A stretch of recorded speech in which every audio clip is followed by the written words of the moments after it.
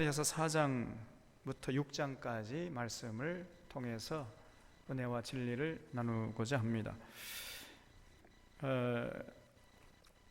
이 스가랴서는 학계 선지자하고 동시대에 활동한 이 스가랴 선지자가 예언한 내용을 기록한 책이다 그랬죠.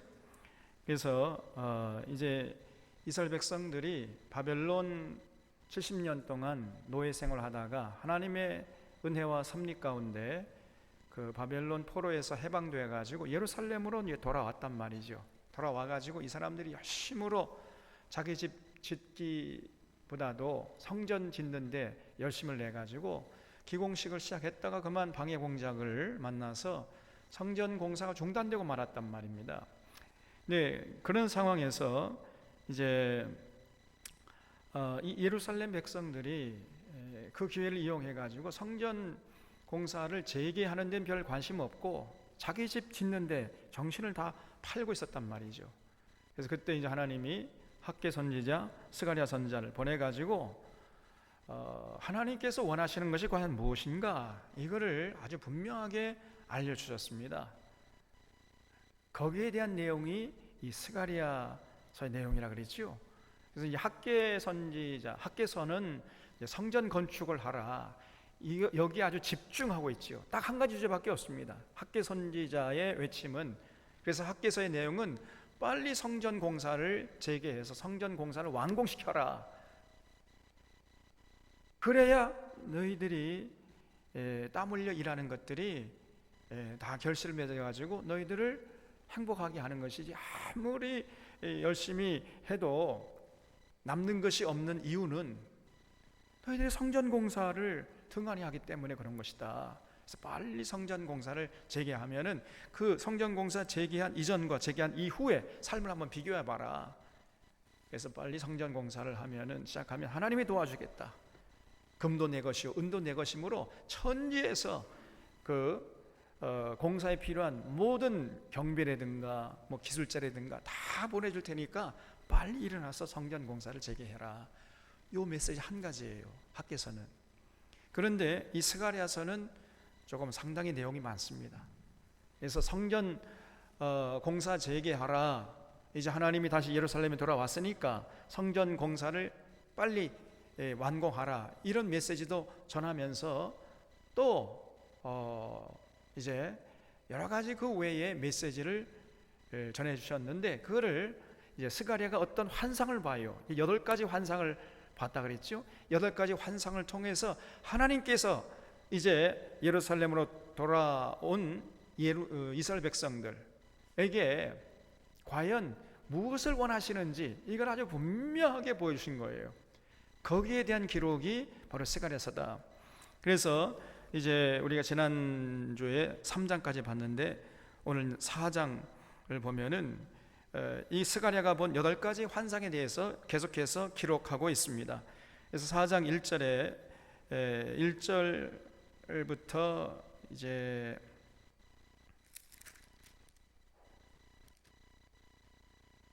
4장 전체가 그 순금 등대와 두 감람나무 환상에 대한 내용으로 되어 있지요. 그래서 여기 4장 1절을 보겠습니다. 내게 말하던 천사가 다시 와서 나를 깨우니 마치 자는 사람이 잠에서 깨어난 것 같더라. 이 스가랴가 뭔가 좀 이렇게 몽환적인 그런 상태에 있었던 것 같아요. 이게 내가 지금 깨어 있는지 자는지 그런 상황인데, 그 천사가 그 곁에서 항상 네가 본 것을 알겠느냐 물어보던 천사가 다시 와서 이 스가랴서에게 이제 물었습니다. 그가 내게 묻되 네가 무엇을 보느냐? 내가 대답하되 내가 보니 순금 등잔대가 있는데 그 위에는 기름 그릇이 있고 또 그 기름 그릇 위에 7 등잔이 있으며 그 기름 그릇 위에 있는 등잔을 위에 7 관이 있고 그 등잔대 곁에 두 감람나무가 있는데 하나는 그 기름 그릇 오른쪽에 있고 하나는 왼쪽에 있나이다. 이렇게 이제 스가랴가 자기가 본 것을 옆에 있는 천사에게 대답해 줬습니다. 그러니까 네게 말한 천사가 물어 이르되 여기 4절에 내 주여 이것들이 무엇이니까, 이렇게 또 스가랴가 자기가 본 것이 무엇인지 모르니까 물어요. 자, 앞을 보세요. 그러니까 지금 스가랴가 본 것은 그 순금으로 만든 등잔대를 봤다는 거예요. 여러분, 그 등잔대가 어떻게 생겼냐면은 저 등잔 밑에 기름을 담아야 불을 켤 수 있잖아요. 그래서 기름을 담는 밑에 이제 기름대가 있고 그 위에 이렇게 등잔이 있고요. 그리고 그거를 유지하려면, 공중에 매달아 놓으려면은 관이 있어야 되겠죠. 관. 저렇게 그 마이크를 달려면 저 뭡니까 저거? 스탠드가 있어야 하는 것처럼 이렇게 등잔대를 공중에 매달아 놓으려면은 그 관이 있어야 되잖아요. 그래서 그 관이, 기다란 관이 이렇게 나오고 그 관 옆에 등잔대가 붙어 있단 말이죠. 그 밑에는 그 기름을 담아놓은 대가 또 있고, 이렇게 이제 7 등잔대가 있는 것을 봤어요. 그리고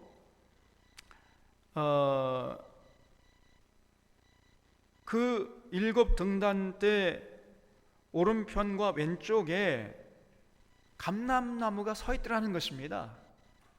그래서 그렇게 이제 얘기를 하니까 이 천사가 이 등잔 7 등잔대와 두 감람나무가 뭔지를 이제 해석을 해줬어요. 그래서 여기 6절에 그가 내게 대답하여 이르되 여호와께서 스룹바벨에게 하신 말씀이 이러하니라. 만군의 여호와께서 말씀하시되 이는 힘으로 되지 아니하며 능으로 되지 아니하고 오직 나의 영으로 되느니라. 거기 줄 쳐보십시오. 이는 힘으로 되지 아니하며 능으로 되지 아니하고 오직 나의 영으로 되느니라. 이 말씀이 사실 핵심적인 메시지예요. 자, 이건 조금 이따가 보기로 하고, 7절 보면은 큰 산아 네가 무엇이냐, 네가 스룹바벨 앞에서 평지가 되리라. 그러니까요, 거대한 산도 스룹바벨 앞에서는 그냥 속절없이 무너져 가지고 평지가 되어 버린다는 거죠. 그만큼 스룹바벨의 권세가 대단하다는 겁니다. 그가 머릿돌을 내놓을 때에 무리가 외치기를 은총이 그에게 있을지어다 하리라 하셨고, 여호와의 말씀이 또 내게 임하여 이르시되 스룹바벨의 손이 이 성전의 기초를 놓았은즉, 우리가 봤죠. 이 스가랴서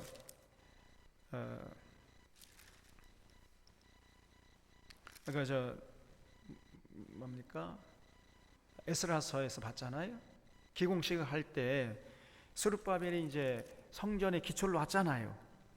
그걸 보고 이제 노인들은, 그 솔로몬 성전을 본 노인들은 과거의 솔로몬 성전에 비해서 지금 자기들이 짓고 있는 성전이 너무 초라하니까 막 죄송스럽고 부끄러워가지고 꺼이꺼 울고, 젊은 집사님들은 어쨌든 성전이 지어진 걸 보면서 막 기뻐 찬양하고, 그래가지고 울고 웃고 울고 막 이렇게 뒤섞여가지고 멀리서 들어보니까 저 사람들이 지금 우는 것인지 웃는 것인지 알 수 없을 정도로 그렇게 감격스럽게 기공식이 시작됐다. 그걸 우리가 봤죠. 에스라서에서 봤잖아요. 그래서 그때 이제 스룹바벨이 성전의 기초를 놨단 말이죠. 그 얘기합니다. 9절에 그의 손이 또한 그 일을 마치리라. 그래서 스룹바벨에 의해서 그 성전이 완공될 것이다, 이렇게 이제 말씀하셨어요. 하셨나니, 그래서 여러분, 제2 성전, 두 번째 예루살렘에서 지어진 성전을 무슨 성전이냐 그러죠? 스룹바벨 성전. 스룹바벨이 자기가 처음부터 끝까지 다 한 건 아니지만은 스룹바벨이 주동이 되어서 했기 때문에 그 제2 성전을 스룹바벨 성전이라 하는 거예요. 그래서 하셨나니 만군의 여호와께서 나를 너희에게 보내신 줄을 네가 알리라 하셨느니라. 작은 일의 날이라고 멸시하는 자가 누구냐? 같이 쳐보세요. 작은 일의 날이라고 멸시하는 자. 그러니까 지금요, 그 과거에 솔로몬이 지었던 성전에 비교하면은 지금 이 스룹바벨이 짓고 있는 성전은 너무나 초라해. 규모도 작고 뭐 쓰는 재질도 형편없고, 그러니까 사람들이요, 아이고 이거 뭐 이게 꾀지지하고 말이야, 규모도 작고 뭐 이렇게 초라하고 말이야, 이거 뭐 작은 일 아니야 이거? 공사의 규모가 뭐 별거 아니니까. 그러니까 또 뒤에서 막 삐죽거리는 사람이 있어. 이왕 하려면은 좀 더 준비를 열심히 해가지고 삐까뻔쩍 해가지고 제대로 뭔가 규모 있게 솔로몬 성전처럼 그렇게 멋있게 지어야지. 뭐 이게 뭐냐 이게? 뭐 이렇게 성전을 짓는데 이렇게 정성 없이 이렇게 대충 지어도 되는 거야? 뭐 이러면서 이제 또 뒤에서 불평하는 사람이 있었단 말이에요. 이게 작은 날이라고 멸시하는 사람이 있었단 말입니다, 여러분. 우리도 좀 그런 경험이 있었잖아요. 똑같아요, 이게 역사가.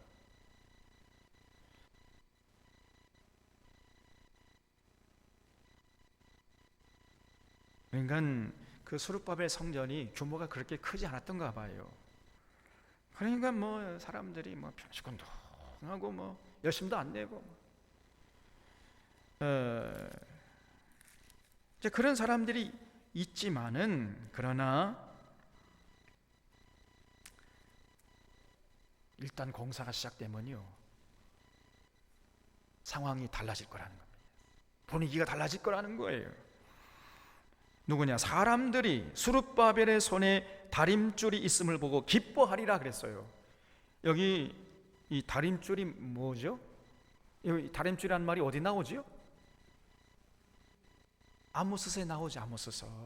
아모스서 7장에 보면은 하나님께서 아모스에게 다 다림줄을 보여주시죠. 이스라엘 역사 속에 다림줄을 내려봐요. 그 다림줄이라는 게 뭐냐면은 이런 줄 끝에다가 철이라든가 동이라든가 중금속을 매달아 놔요. 그래서 위에서 쭉 밑으로 내리면은 수직으로 다 내려가겠지요. 그래서 그 줄을 따라서 벽돌을 쌓으면은 벽돌을 똑바로 쌓을 수 있지 않습니까? 그래서 벽돌공들이 벽돌을 쌓기 위해서 갖고 다니는 도구예요, 도구. 줄을 내려가지고 그 줄을 따라서 벽돌을 쌓기 위한 도구, 이게 다림줄이에요. 그래서 지금 스룹바벨 손에 다림줄이 있음을 보고 기뻐하리라, 이게 무슨 말이겠어요? 스룹바벨이 지금 성전 공사를 위해서 앞장선다 그 말이죠. 최선을 다해서 막 이리 뛰고 저리 뛰고 가면서 스룹바벨이 손에 다림줄을 주고 성전 벽돌 쌓고 막 그 공사를 지금 독촉하는 이런 모습을 보고 사람들이 기뻐할 것이다. 전에는요, 뭐 이 규모가 조그맣고 막 초라하고 뭐 이따위야 뭐 이런. 예? 우리가 조금 더 준비를 열심히 해가지고 좀 이따가 져도 되는 것이고, 뭐 이렇게 뭐 급히 할 일이 뭐 있어? 이렇게 이제 뒤에서 쫑알대는 사람들도 스룹바벨이요 앞장서서 열심히 성전 공사를 위해서 헌신하면은 수많은 사람들이 따라오게 된다는 거예요. 기뻐하리라.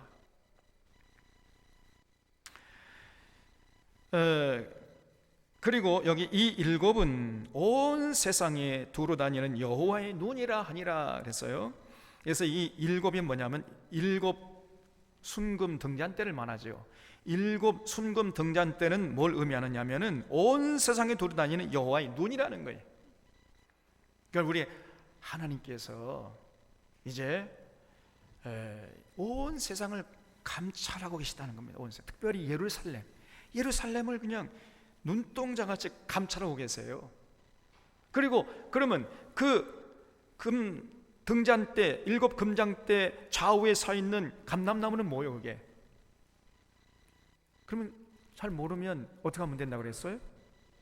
그 다음을 읽어보면 된다고 그랬잖아요.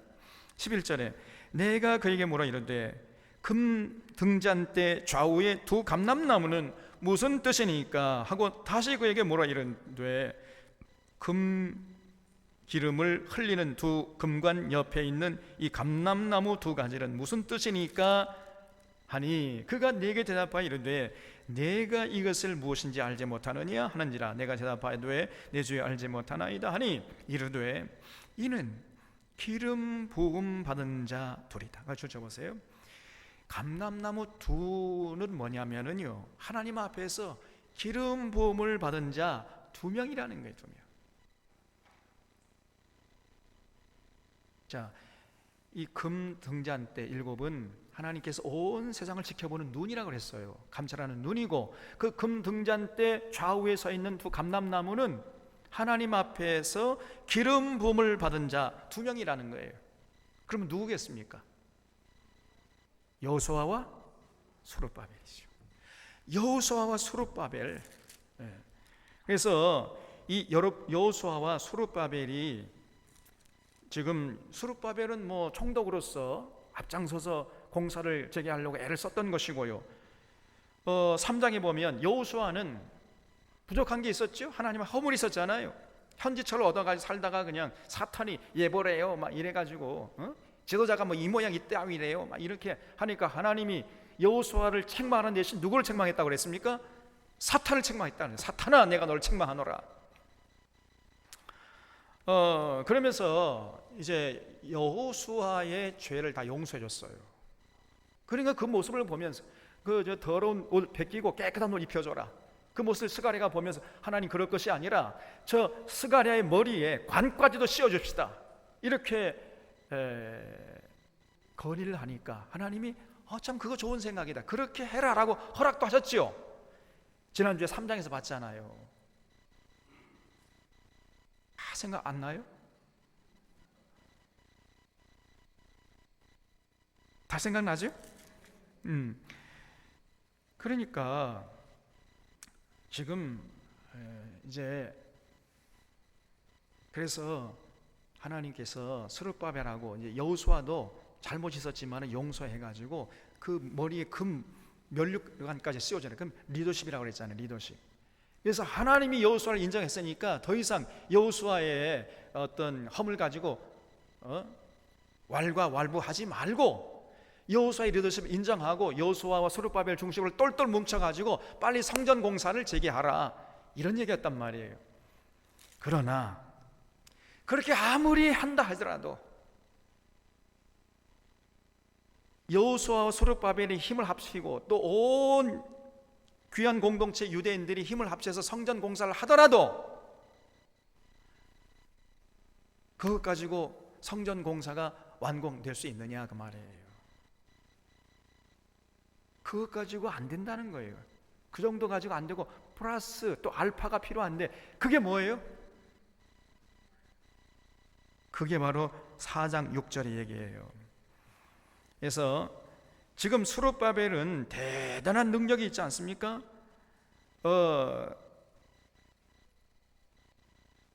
여기 7절에 보면 스룹바벨이 어느 정도 능력이 있냐면요, 큰 산이 스룹바벨 앞에서 평지가 될 정도로 그런 대단한 능력이 있단 말이에요.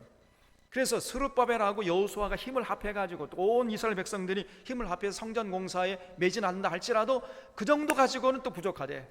그 정도 가지고 성전 공사가 완공되는 게 아니라는 거예요. 그래서 4장 6절에 보면 이는 힘으로 되지 아니하며 능으로 되지 아니하며 오직 나의 영으로 되느니라. 그 하나님의 거룩한 일은요, 사람이 물론 열심을 다해서 최선을 다해서 해야 되겠죠. 조금 전에 우리 권사님께서 감동적으로 기도하신 것처럼 정말 죽도록 충성하는 거죠. 그러나 죽도록 충성하더라도 그것만 가지고 안 된단 말이에요. 또 뭐가 필요해요? 하나님의 영이 필요하단 말이에요. 하나님의 능력, 하나님의 도우심이 필요해요. 제가 말씀드렸잖아요. 어떤 일을 이루기 위해서 100이라는 게 필요하다면 98은 우리가 해야 돼, 우리가. 그러나 나머지 2%는요 우리가 할 수 있는 영역이 아니에요. 이건 하나님만이 하실 수 있는 영역이란 말이에요. 그 하나님만이 하실 수 있는 영역을 이제 우리가 하려고 하면 또 안 돼. 그건 또 교만죄에 걸리는 거예요. 그건 하나님께 맡겨야 돼요. 그래서 우리가 최선을 다해서 우리가 정말 죽도록 충성하면은 나머지 부족한 2%는 하나님이 채워주시겠다는 것입니다. 이런 짓이에요. 이런 힘으로도 되지 않고 능으로 되지 않고 오직 나의 영으로 되느니라. 내가 도와줘야 되겠다는 거예요. 하나님이 도와주셔야 이 100%가 완공이 된다는 거예요. 그래서 최선을 다해서 스룹바벨과 그 여호수아가 하나님 앞에 있는 기름 부음을 받은 두 명이에요. 그건 하나님께서 눈동자 같이 지켜보는 그 금 등잔대 7 바로 옆에 좌우에 선 그 감람나무가 여호수아 스룹바벨이니까. 그래서 여호수아 스룹바벨이 아무리 힘을 다해서 성전 공사에 매진한다 할지라도 그것만 가지고는 안 되니까 내가 도와주겠다. 그 2%를 내가 채워주마. 내가 다시 예루살렘에 와가지고 채워주겠다. 이런 얘기예요. 이것이 사장인 것입니다. 무슨 말인지 이해가 되십니까? 그래서 여러분, 우리가 이걸 정말 기억하셔야 돼요. 어떤 사람은 자기가 할 도리 안 해. 그리고 하나님께서 다 해달라고 그냥 기도만 하고 주구장창. 아주 어리석은 사람입니다. 기도 미신에 빠져 있는 사람들이 많아요. 그렇지 않습니다. 우리가 하나님의 일을 하려고 하면은 우리의 몫은 우리가 해야 돼요. 최선을 다해서. 우리 학생들 이제 좀 있으면 수능 하나님 시험 잘 보게 해주세요. 네, 기도만 하고 앉아 있어. 공부를 판판 안 하고 맨날 졸기나 하고 말이에요. 그럼 시험 잘 봅니까? 기도 열심히 했다고 시험 잘 볼 수 있는 거예요? 아닙니다. 열심히 공부해야 돼요. 공부하지 않고 기도했다고 해서 시험 잘 볼 수 있는 게 아닙니다. 열심히 공부해야 돼. 다만 이제 열심히 공부하고 기도하면 하나님이 도와준대. 그 도와주는 2% 도와주는 거예요. 2%. 아무리 여러분 열심히 공부한다 하더라도 시험 당일날 갑자기 배가 아플 수가 있어요. 해필이면 그날 또 배가 아파. 또 그날따라 해필이면은 교통이 체증돼 가지고 그냥 막혀 가지고 시험장에 늦게 도착해 가지고 막 당황해 가지고 그럴 수도 있습니다. 그런 것들은 우리 하나님이 도와주셔야 돼. 인간의 힘으로 어떻게 할 수가 없잖아요. 그 2%를 하나님이 도와달라고 기도하는 것이지, 공부도 하나도 안 한 놈이 매일 시험 잘 보게 해달라고 기도는 하고 앉아있고 말이에요. 이런 기도 미신에 빠지면 안 됩니다. 그래서 내가 이제 예루살렘에 다시 돌아왔으니까 내가 그 성전을 빨리 완공해라. 그래서 당시 문제가 많았어요. 이 스룹바벨 다 코가 빠져가지고 앉아 있고, 여호수아는 그냥 현지처 얻어가지고 정신 팔려 있고, 그 뒤에서 또 백성들은 지도자가 저 모양 저 따위니 성전 공사가 될 게 뭐냐 그러면서 이제 자기 집 진대 빠르고 있고 말이에요. 이런 상태에서 하나님께서 스가를 보내가지고 내가 예루살렘에 돌아왔으니까 빨리 성전 공사를 재개해라. 그리고 스룹바벨 대단한 권세가 있고 여호수아 하나님께서 다 용서했다는 거예요. 그러니까 백성들 더 이상 왈가왈부를 하지 말고 스룹바벨과 이 여호수아를 중심으로 성전 공사를 재개하라. 그러면 내가 2% 도와주마. 내 힘으로 안 되고 이는 힘으로 되지 않고 능으로 되지 않지만 오직 나의 영으로 되느니라. 이런 말씀을 하셨던 거예요.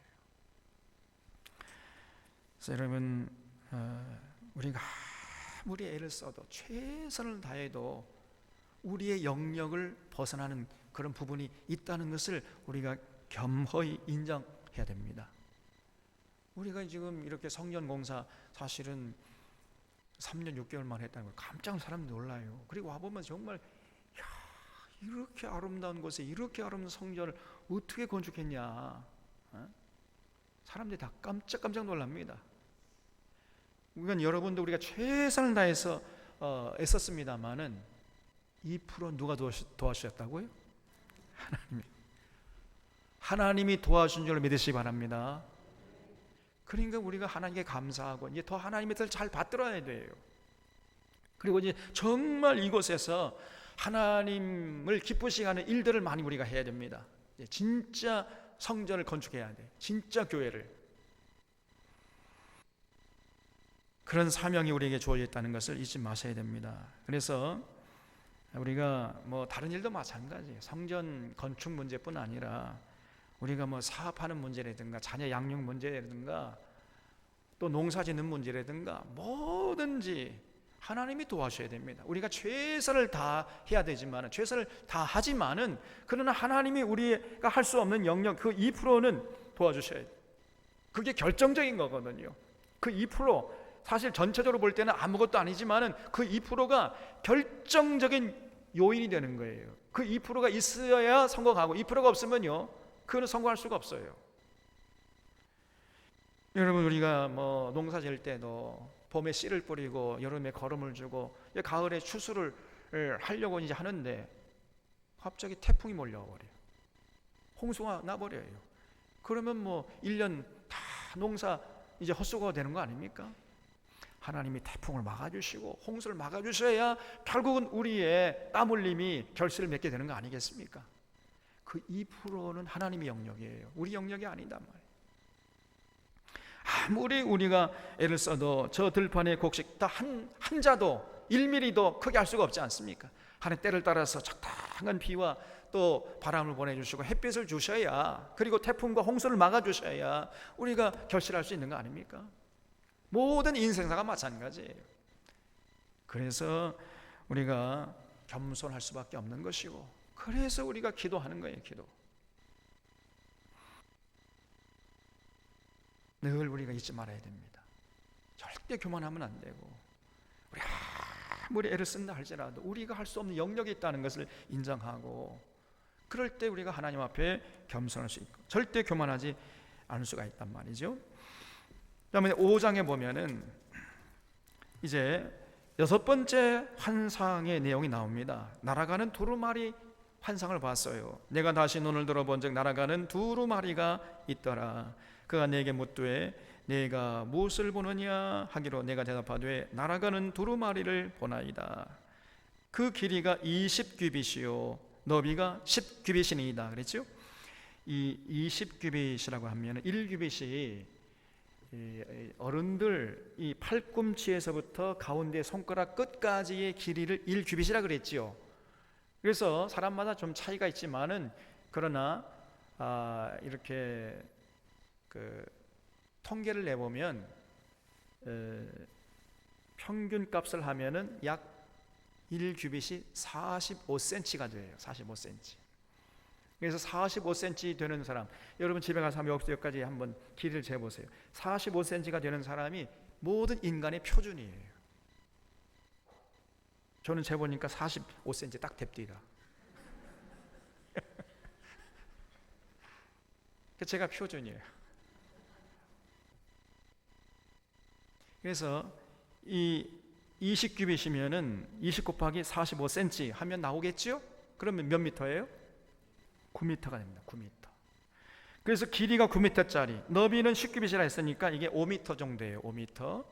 그러니까 이 폭은 5m, 길이는 한 9m, 한 10m 정도.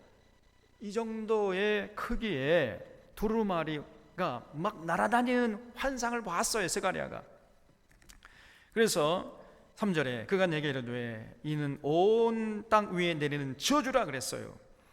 이 천사가 다시 해석을 해주는데, 그 날아다니는 그 두루마리가 뭐냐? 이거는 온 땅 위에 내리는 저주라는 거예요. 저주.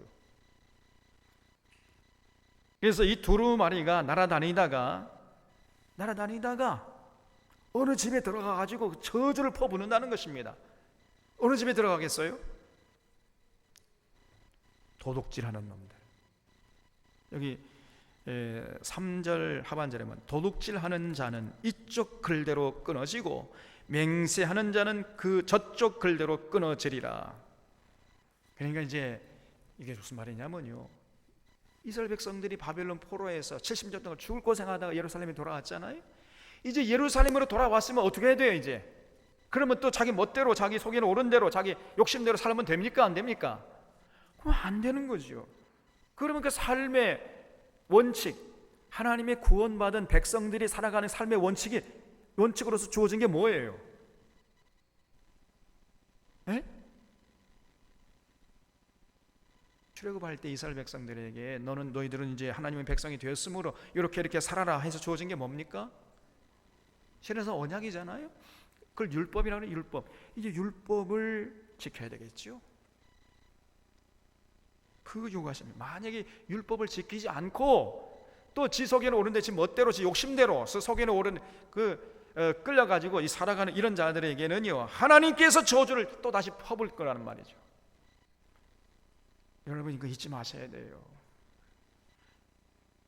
아니 그 바벨론 포로 잡혀간 것도 이스라엘 백성들이 택한 백성답지 않게 하나님과 맺은 언약 율법을 지키지 않았기 때문에 하나님 분노해가지고 저 포로로 잡혀간 거 아닙니까? 그래서 거기서 죽을 고생하다 다시 예루살렘에 돌아왔으면 이제 하나님과 맺은 언약을 지켜야 하나님 사랑하고 이웃 사랑하면서 더불어 사는 세상을 위해서 헌신하도록 그걸 하나님이 요구하시고 기대하시는데, 예루살렘에 돌아왔으면서도 여전히 또 그 바벨론 종노를 할 때 속에는 오른 대로 욕심대로 그러면서 그냥 거짓말하고 도둑질하고 사기치고 이웃과 서로 싸우고 다투고 그러면 어떻게 되겠냔 말이에요. 그러나 하나님이 그런 자들 들어가서 날아다니다가 두루마리 날아다니다가 그냥 그런 사람들 가가지고 전부 저주를 퍼붓겠다는 겁니다. 우리가 하나님이 원하시는 건요 동일하시다 그랬죠. 하나님은 변치 않으세요. 하나님의 요구는 영원히 변치 않습니다. 하나님 사랑하고 이웃을 사랑하라. 그래서 도둑질하는 자는 이쪽 글대로 끊어지고 맹세하는 자는 그 저쪽 글대로 끊어지리라. 그래서 여러분 맹세도요 우리가 함부로 하면 안 돼. 나는 반드시 이거 하겠습니다. 내가 맹세코 합니다. 내 죽어도 나 이거 반드시 하겠습니다. 내 하나님의 이름으로 내가 맹세합니다. 그런 말 하면 돼요, 안 돼요? 쉽게 그런 얘기 하면 안 돼. 그런 말 하는 사람일수록 믿을 수가 없는 사람이에요. 왜 자꾸 그런 말 하겠어요? 사람들이 안 믿어주니까. 내가 진짜 안 되니까, 내가 맹세 안 되니까 그러면 그 사람은 오히려 더 못 믿을 사람이에요. 예수님께서 뭐라고 했습니까? 기면 기고 아니면 아니라 하라. 이해할 건 이해하고 아니면 아니. 그 이상 더 지나는 것은 그건 죄가 되는 거예요. 여러분 함부로 맹세하거나 함부로 서약하거나 그거 하지 말라 그랬죠. 우리가 서약하는 거, 하나님 앞에 서약하는 거는 이제 세례 받을 때, 제가 이제 하나님의 뜻대로 살겠습니다. 예수 그리스도 나의 구세주로 모시고 예수님의 가르침을 따라서 살겠습니다. 서약하지요. 하나님 사랑하고 예수님 사랑하고 교회 사랑하고 교회를 위해서 헌신하며 이 땅에 하나님 나라를 세우는데 내가 헌신하겠습니다. 서약하잖아요. 그때 서약하는 것이고 또 언제 서약하죠? 네? 임직식 때 또 서약하죠. 세례 받을 때, 임직식 때 또 한 번, 딱 한 가지 더 있죠? 결혼할 때. 내가 이 사람 파뿌리가 아니라 뭐죠? 겉머리가 파뿌리가 되도록 사랑하겠습니다. 그 딱 3번의 서약 말고는 다른 거 그렇게 해서는 안 돼. 그냥 예 하고 아니요 하고 그 이상 거기서 더 지나는 것은 죄가 되는 거예요. 그래서 지금 여기 보니까 맹세하는 자가 하나님의 심판을 받는다는 거예요, 여러분. 함부로 맹세하지 말란 말이에요. 왜 맹세하냐면요, 자꾸 사람들을 어필하고 또 사람들 속여 먹으려고 또 자꾸 맹세해. 그래서 만군의 여호와께서 이르시되 내가 이것을 보냈나니 도둑의 집에도 돌아가며 내 이름을 가리켜 망령되이 맹세하는 자의 집에도 들어가서 그의 집에 머무르며 그 집을 나무와 돌과 아울러 살으리라 하셨느니라. 이 날아다니는 두루마리가요 가가지고 그런 사람들이 사는 집을 그냥 쑥대밭 저주를 퍼붓겠다는 겁니다, 여러분. 그래서 이제 예루살렘으로 돌아왔으니 하나님의 거룩한 백성답게 올바로 살아라는 게 올바로. 그래서 뭐 가만히 있어라고 그냥 함부로 입을 놀려가지고 그냥 사기치고 거짓말하고 이웃을 해코지 하려고 자꾸 거짓 맹세하고, 이런 사람은 하나님의 심판을 자초한 자가 된다는 것입니다. 오늘 하나님이 우리에게 원하는 것도 똑같습니다, 여러분. 그래서 여러분, 이런 말이 있어요. 마귀는 디테일 속에 있다, 이런 얘기 있습니다. 꼭 기억하셔야 돼요. 마귀는요, 디테일 속에 숨어 있는 거예요. 총론은 다 여러분 동의합니다. 다 똑같아. 총론에 대해서 반대할 사람이 누가 있겠습니까? 예? 총론은 다 동의해, 누구든지. 그런데 강론에 들어가면은 전부 다 생각이 다 달라요. 생각이. 이 마귀가 이 강론 속, 이 디테일 속에 숨어 있는 것입니다. 우리가 신앙생활 잘해야 됩니다. 여기에 대해서 동의하지 않은 사람이 어디 있어요? 신앙생활 다 잘해야 된다는데 다 동의하죠. 그런데 그러면 뭘 어떻게 하는 것이 잘하는 것이냐? 강론으로 들어가면요, 디테일로 이제 좀 더 좀 구체적으로 자세하게 말을 하면은 사람마다 다 달라요, 그냥 이게.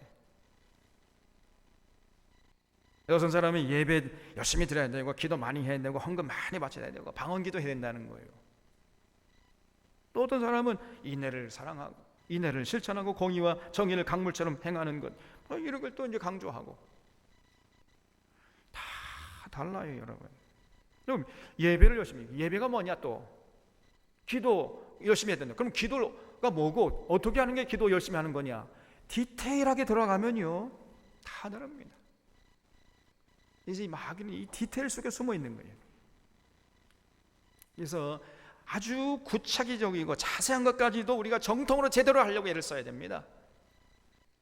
그렇지 않으면요, 나도 모르는 사이 넘어가 버리는 거예요. 그냥 열심히 하려고 하는데, 그래, 신앙생활 내가 잘 해야지, 잘 하려고 하는데 디테일을 좀 자세하게 이렇게, 그럼 어떻게 무엇을 해야 할 것인가? 그러다 보면요, 엉뚱한 것을 하고 있는 사람들이 많아요. 조심해야 됩니다.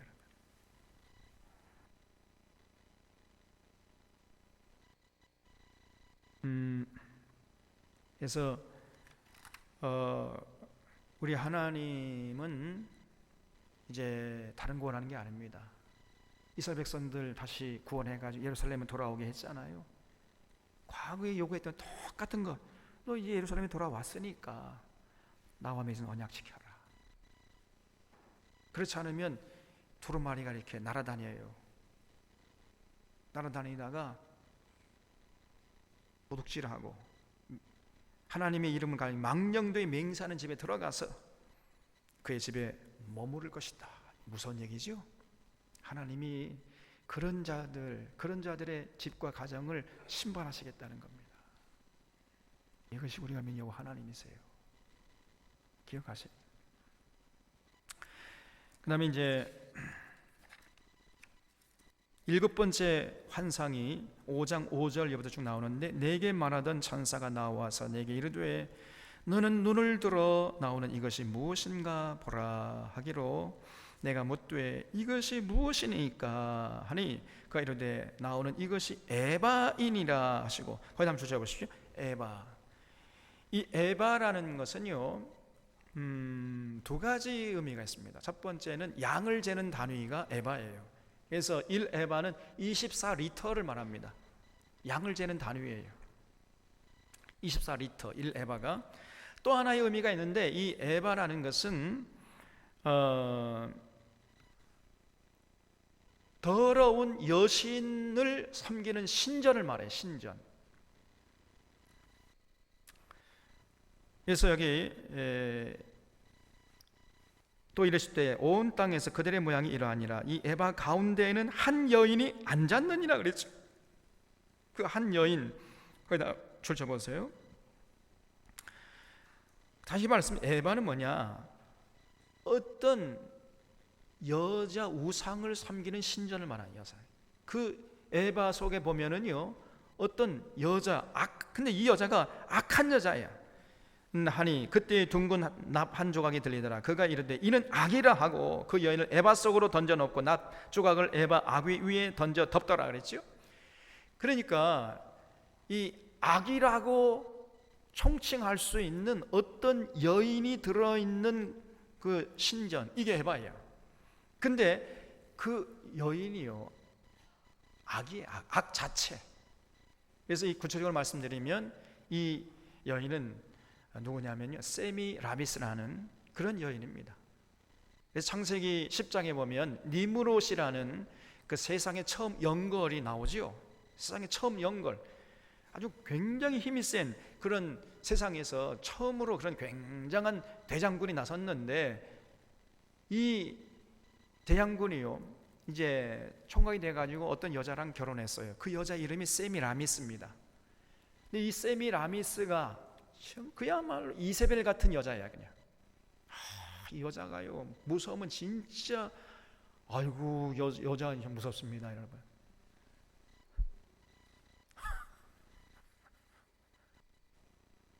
여자가 그냥 막 독을 품으면 어떻게 된다고 그랬어요? 온유해도 뭐가요? 서리가 내려요. 여자 무섭습니다 여러분.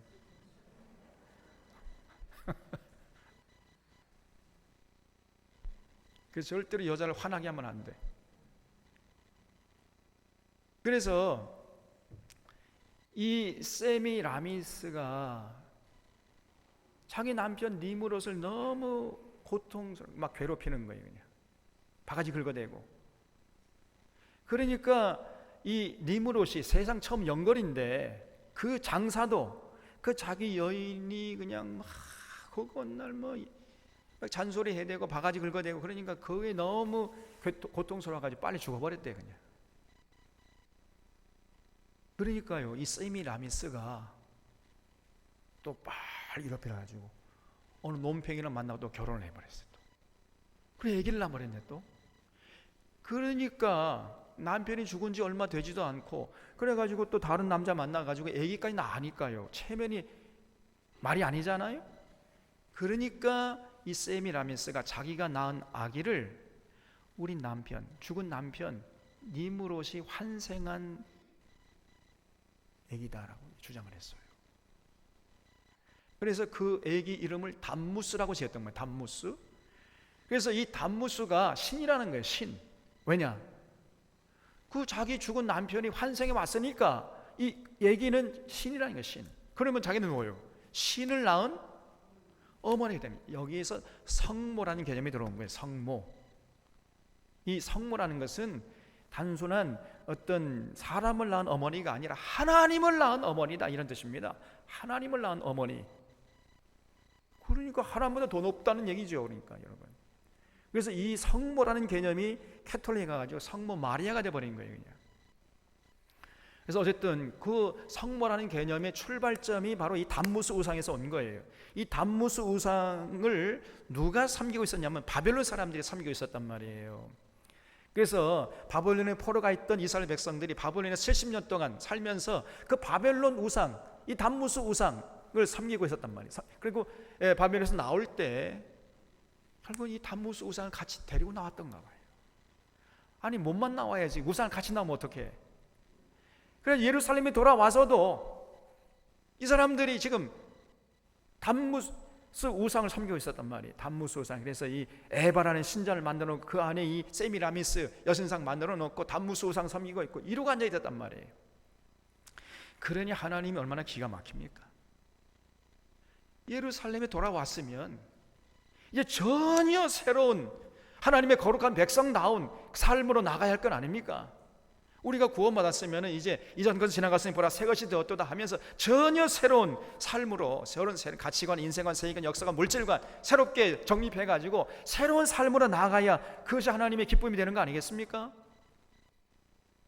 여전히 뭐 예수 믿기 전에 다시 반복한다면 하나님의 근심 걱정거리가 되는 거 아니에요? 그래서 그걸 여전히 반복하지 않으면요 그 사람은 뭐 신앙을 새벽거리로 전락시키는 사람이 되는 것이고 결국 하나님의 심판을 면치 못한단 말이에요. 이스라엘 백성들이 그랬어요. 아니 예루살렘에 돌아오면서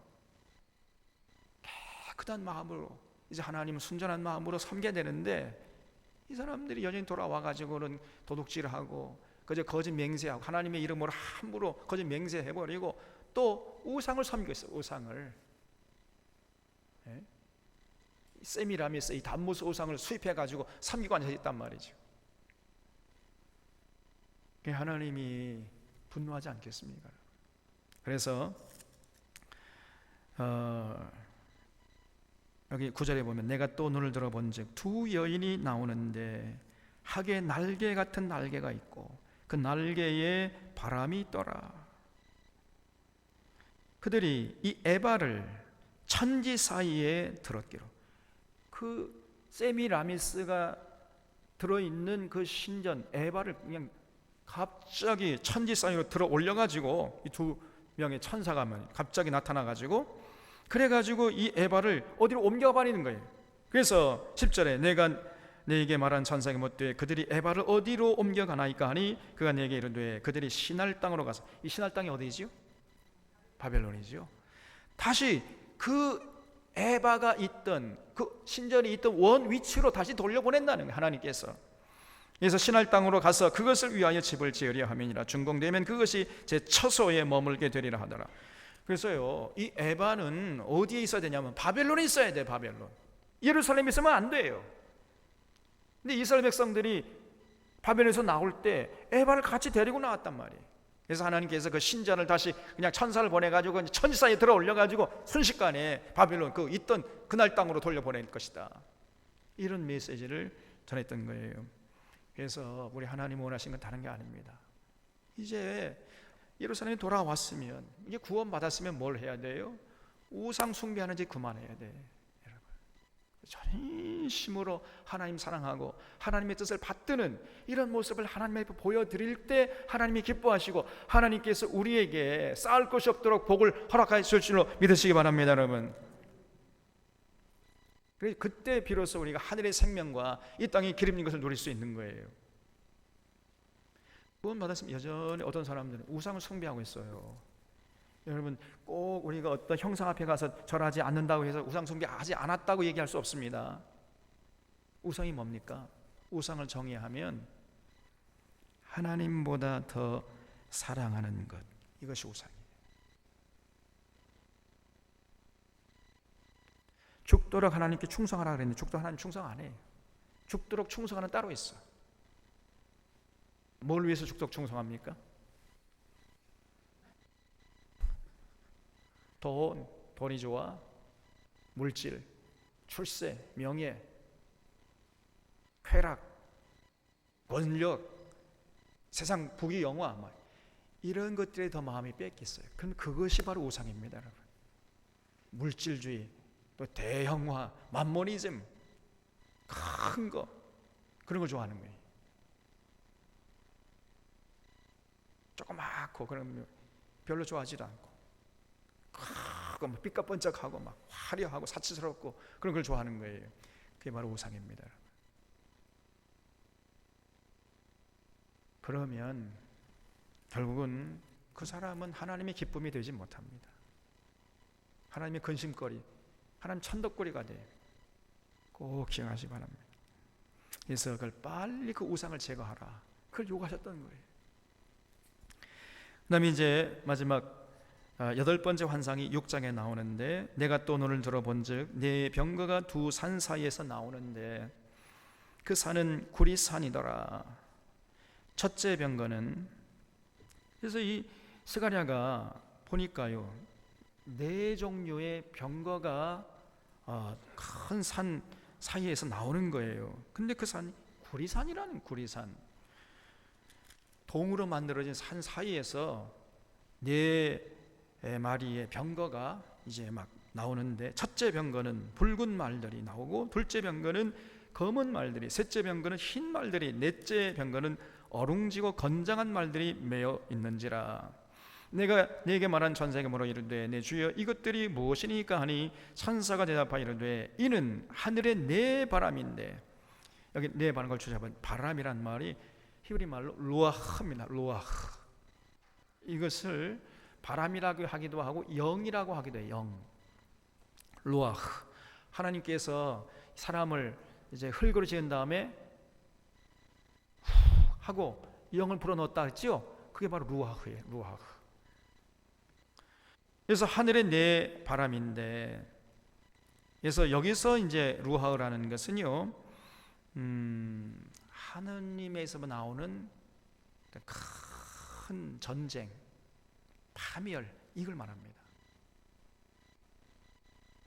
하나님으로부터 비롯된 큰 파멸의 바람, 이 전쟁의 바람, 피바람, 이게 나온다는 거예요. 이제. 네, 온 세상의 주 앞에 서 있다가 나가는 것이라 하더라. 검은 말은 북쪽 땅으로 나가요. 검은 말은 이제 북쪽으로 가고, 흰 말은 그 뒤를, 북쪽으로 가는 검은 말 따라서 흰 말이 또 뒤를 따르고, 어룽진 말은 남쪽 땅으로 나가고 건장한 말은 나가서 땅에 두루 다니고자 하니 그가 이르되 너희는 여기서 나가서 땅에 두루 다니라 하매 그 땅에 두루 다니더라. 그가 내게 외쳐 말하되 북쪽으로 나간 자들이 북쪽에서 내 영을 쉬게 하였느니라 하더라. 그랬죠? 여기 내 영을 쉬게 했느니라 할 때 이 지난번에 쓰던 이 개역 한글판을 보면은요, 내 마음을 시원케 했느니라 이렇게 되어 있어요. 그래서 내 영을 쉬게 했다는 말이 누아흐, 히브리 말로 누아흐인데 이거는 쉬다, 휴식하다 이런 뜻인데, 여러분 언제 우리가 쉴 수 있고 휴식할 수 있죠? 언제 쉽니까? 우리가 모든 일들을 다 마친 다음에, 완성한 다음에 쉴 수 있잖아요. 그러니까 내 마음을, 내 영을 쉬게 했다는 말은 이제 하나님의 뜻이 이루어졌다는 거예요. 그러니까 쉬는 거죠. 그래서 이거를 다른 말로 표현하면 내 마음을 시원케 했다. 내 마음이 기뻐. 왜냐하면 하나님의 뜻이 이루어지니까. 이게 좀 더 구체적으로 말하면 이게 무슨 뜻이냐면은 북쪽으로 나간 검은 말이 결국은요, 큰 전쟁의 바람이라 그랬잖아요. 그 전쟁을 일으켜가지고 북쪽에 있는 나라들을 전부 무너지게 했다는 거예요. 북쪽에 있는 나라들은 어느 나라였죠? 이스라엘 북쪽에 있는 나라들은 대부분 어느 나라였습니까? 우리가 보면 아수르, 바벨론, 그 다음에 바벨론 무너뜨리고 일어난 나라가 어느 나라예요? 페르시아.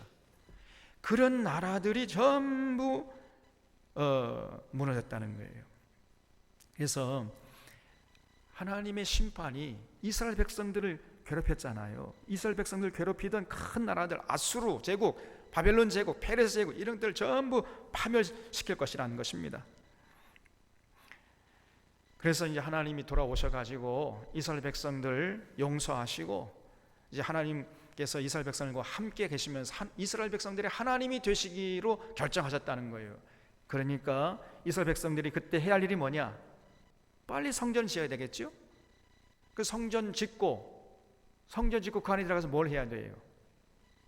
하나님께 찬양과 경배 드리고, 또 두 번째 성경 강조해가지고 하나님의 뜻이 무엇인지, 하나님께서 뭘 요구하시는지 똑바로 알아가지고 그 하나님과 맺은 언약을 제대로 지키면서 살아야 할 건 아닙니까? 그것을 하나님이 원하시는 거예요. 그거를 오늘날도 똑같습니다, 여러분. 전혀 변하지 않아. 이런 패러다임은 영원히 변치 않는 줄로 믿으시기 바랍니다. 만약에 이런 패러다임에서 우리가 벗어나면 하나님이 근심하세요. 하나님이 분노하신단 말이에요. 그래서 여기 9절에 여호와의 말씀이 내게 임하여 이르시되 사로잡힌 자 가운데서 바벨론에서부터 돌아온 헬데와 도비야와 여디야가 스바랴의 아들 요시야의 집에 들어갔나니 너는 그날에 그 집에 들어가서 그들에게 받되 은과 금을 받아 면류관을 만들어 여호사닥의 아들 대제사장 여호수아의 머리에 관 씌우고 말하 이르기를 만군의 여호와께서 이같이 말씀하시되, 그랬죠? 아까 3장에서 하나님께서 여호수아 용서하시고, 그러니까 이제 스가랴가 보고 그럴 것이 아니라 그 여호수아의 머리에 관까지 씌워 싶다. 그러니까 하나님 그렇게 하라 그랬죠. 이제 그 하나님의 말씀이 여기 6장 9절 이하에서 그대로 이루어진단 말이에요. 그래서 헬데와 도비야와 그 다음에 스바데의 아들 요시야 집에 들어가가지고 은금을 취해서 그걸 면류관을 만들어가지고 여호수아의 머리에 관을 씌워줬다는 것입니다. 은과 금을 받아 면류관을 만들어 여호사닥의 아들 대제사장 여호수아의 머리에 씌우고 말하여 이르기를 만군의 여호와께서 이같이 말씀하시되 보라, 싹이라 이름하는 사람이 자기 곳에서 돋아나서 여호와의 전을 건축하리라. 거기 줄쳐보세요. 싹이란 말, 이 싹이란 말이 지난번에 체마흐라고 그랬죠. 우리 3장에서 이게 싹 가지 순. 근데 이거를 이제 먼 눈으로 보면은 예수 그리스도를 상징, 메시아를 상징하는 것이고, 당시 현대 이 스룹바벨 그 당시로 따지면은 이 싹은 누구냐면 여호수아죠. 대제사장 여호수아. 이 여호수아가 결국은 여호와의 전을 건축하게 될 것이다. 그러니까 여호수아하고 스룹바벨 결국은 이제 성전을 건축하겠죠. 그런데 이것이 이제 다시 말씀드리면 여호수아가 예수 그리스도의 모형이라고 할 수 있습니다. 그래서 나중에 이제 예수님께서 오셔가지고 결국 여호와의 성전을 건축한 거죠. 예수님께서 건축하시는 성전은 뭡니까? 여러분과 제 마음속에 하나님의 법을 심는 이 진짜 성전이죠. 그가 여호와의 전을 건축하고 영광도 얻고 그 자리에 앉아서 다스릴 것이요 또 제사장이 자기 자리에 있으리니 이 둘 사이에 평화의 의논이 있으리라 하셨다고. 그걸 줄쳐보십시오.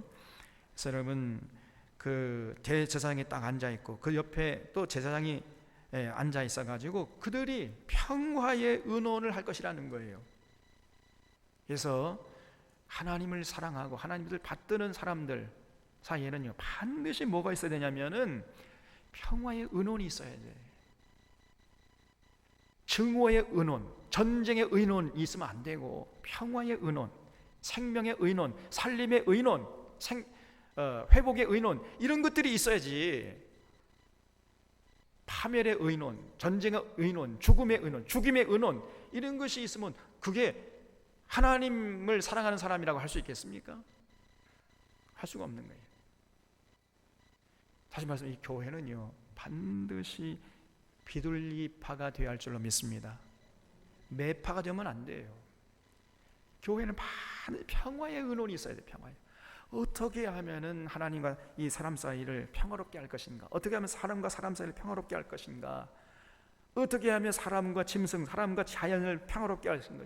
어떻게 하면 이 참 증오로 번뜩하고 있는 이 나라, 이 사회에 이 이념과 계층과 지역으로 갈라져 있는 이 사회를 평화롭게 할 것인가? 어떻게 하면 남과 북을 평화롭게 할 것인가? 이런 의논이 있어야 할 건 아닙니까? 이것이 바로 교회예요. 이것이 바로 하나님의 사람들이 모인 공동체의 특징인 줄로 믿으시길 바랍니다, 여러분. 지금 오늘 한국 교회가 그런 모습이 있습니까? 조금 전에 예배 드리기 전 어느 권사님 얘기하는 저 이제 여기 그 어디 권력교회 이 권사라니 지금 저 광화문에 무슨 정광훈 일을 뭐 잘한다고 뭐 그러더란 겁니다. 그래서 이 권력교회도 벌써 이 엉태 같은 교회야 보니까.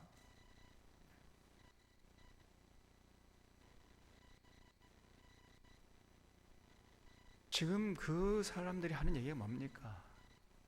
더 이 북한을 막 저기로 그냥 이빨을 갈아대고 막 전쟁을 하라고 그러고 평화의 의논을 못하게 하잖아요. 지금 문재인 정부가 이 땅에 평화의 의논을 하려고 하는 거 아닙니까? 더불어 사는 세상, 그래서 인간과 인간, 인간과 자연, 또 남과 북의 평화를 위해서 애쓰고 있잖아요. 근데 그것이 못마땅해. 그것이.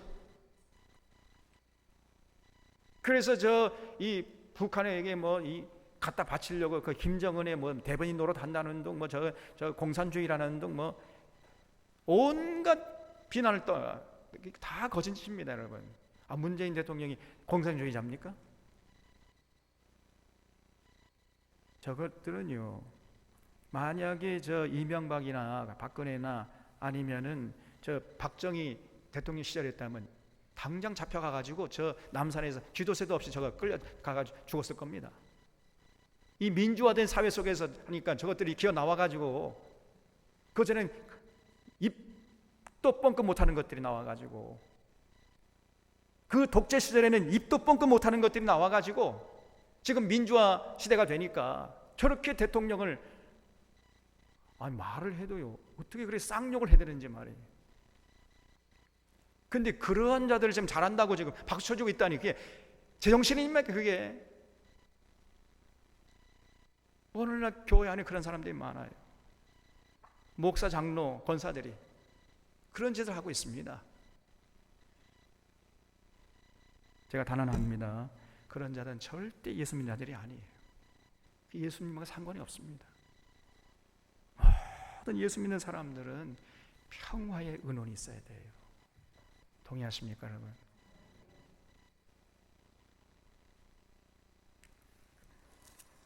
그다음 14절에 그 면류관은 헬렘과 도비야와 여디야와 스바냐의 아들 헨을 기념하기 위하여 여호와의 전안에 두라 하시니라 그랬죠.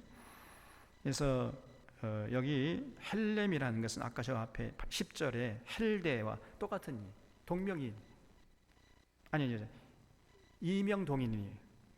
헬렘이 저기 앞에 헬대입니다. 10절에. 또 도비야와 여디야와 스바냐의 아들 헨, 이 헨이 아까 스바냐의 아들 요시야지요. 그래서 이 사람들이 은금을 내가지고 면류관을 만들었기 때문에 그 사람들의 이름을 기념하라, 그런 얘기입니다. 15절에 먼 데 사람들이 와서 여호와의 전을 건축하리니 만군의 여호와께서 나를 너희에게 보내신 줄을 너희가 알리라. 너희가 만일 너희 하나님 여호와의 말씀을 들을진대 이같이 되리라 했어요. 그래서 하나님께서 이제 예루살렘으로 돌아와 가지고 뭘 어떻게 해야 할 줄 모르는 이스라엘 백성들에게 스가랴 선지자를 보내 가지고 하나님께서 진정으로 원하시는 게 뭐냐, 이거를 자세하게 8가지 환상을 통해서 알려주셨어요. 하나님 원하시는 건 다른 게 아닙니다. 빨리 그렇게 화려하지 않은지라도 성전을 건축하고 그 안에 들어가서 하나님 경배하고 성경 말씀 가르치고 배워서 그 하나님의 요구하시는 대로 살아라는 거예요. 살아라. 그러면 하나님이 복에 복을 더하신다는 겁니다. 하나님이 기뻐하시고, 그래서 함께 하셔서 임마누엘 하나님이 되시고 하늘에 있는 거 없는 거 다 그냥 물 붓듯이 쏟아 부어서 복을 누리게 해 주시겠다. 이것이 하나님의 말씀이었고 뜻이었고, 오늘 이 시대에도 하나님의 동일한 뜻인 줄로 믿으시기 바랍니다. 그래서 이런 하나님의 요구를 우리 들고 부른 사랑교회가 이뤄 드릴 수 있기를 주님의 이름으로 부탁드립니다. 기도하겠습니다.